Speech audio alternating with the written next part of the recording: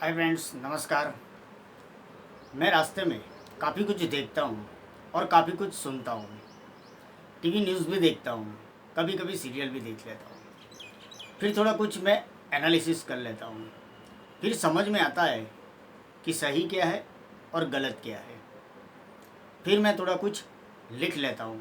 आज का टॉपिक है बिन वारिस यानी अनाथ। बिन वारिस के आधारित मैं आपको कुछ बताना चाहता हूँ। मैं निर्णय नगर का अंडर ब्रिज सुबह और शाम को डेली पास होता हूँ। मैं अंडर ब्रिज की फुटपाथ पे दो भारतीय युवाओं को देखता हूँ। उनकी हालत गरीब है और भिखारी जैसी हालत है। उनके पास एक थैला है यानी टूटा फूटा बैग है और थोड़ा कुछ गदला है। समझ लेना कि वही उनका घर है और रात को वहीं पे सोता है।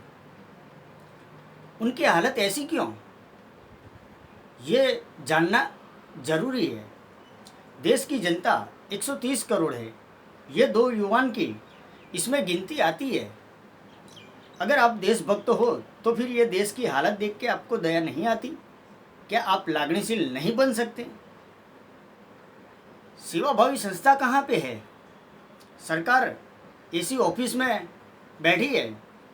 तो फिर जमीनी रिपोर्टिंग सरकार को पहुंचानी चाहिए, देनी चाहिए। निर्णय नगर का अंडरब्रिज की फुटपाथ पे दो भारतीय युवान बैठते हैं। उनकी उम्र शायद 45 साल के आसपास होगी। एक युवान थोड़ा हैंडसम है, थोड़ा कुछ एटेकेटी में रहता है। मुंह पे कभी कभी गूगल्स चश्मा लगाते हैं, फिर रास्ते पे नज़र डालते हैं और मुस्कुराता है। वो इंसान किसी इंसान पे नज़र नहीं डालता, भोलेपन से देखता रहता है, फिर रात को वहीं पे सोता रहता है। माँ शब्द माँ शब्द सुन के सब लोग भावुक हो जाते हैं। तो फिर मैं सोचता हूँ कि उनकी माँ कौन होगी, कहाँ पे होगी, क्या हालत में होगी और जीवित है कि नहीं, मुझे कुछ मालूम नहीं है। मैं सोचता हूँ कि ये औरत जब प्रेग्नेंट होगी तो ये औरत कितनी खुशी होगी। 9 महीने तक संभाल के पेट में रखा, फिर धरती पे जन्म दिया। फिर ये लड़का 12-13 साल का हुआ, तब तक कितना संभाला, खिलाया पिलाया, देख रेख की। माँ ने कितना सपना देखा होगा। अब देखो वो लड़का 45 साल का हो गया और निर्णय नगर अंडरब्रिज की फुटपाथ पे सो रहा है। ये सब क्यों हुआ, कैसे हुआ, कौन जिम्मेदार है?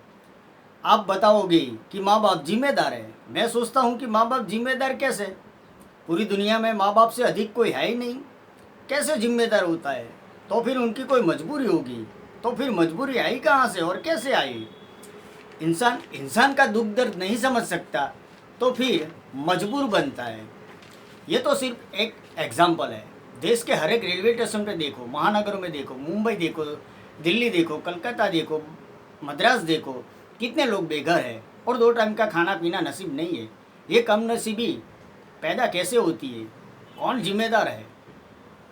गरीब को 2 टाइम का खाना दो, एक दिन खुश रहेगा। थोड़ा कुछ रुपया दो, थोड़ा दिन के लिए खुश रहेगा। लेकिन शिक्षा और ज्ञान दो, जीवन भर खुश रहेगा। शिक्षा और ज्ञान का हो तो जीवन भर खुश रहेगा। मैं बार बार बताता हूँ कि देश में शिक्षा और ज्ञान का काफ़ी अभाव है ही है।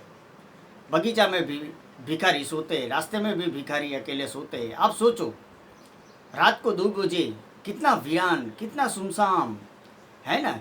कोई आवाज़ आती नहीं, कुत्ता इधर उधर घूमता है, बिल्कुल सुनसान। क्या आप ऐसी जगह पे सो पाओगे?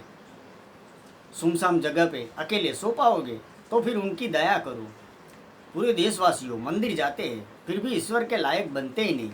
ईश्वर को देखो, राम, वासुदेव, कृष्ण भगवान धरती पे जो कर्म करके गए हैं, ईश्वर जो कर्म करके गए हैं, वो कर्म का पालन तो इंसान करते ही नहीं है।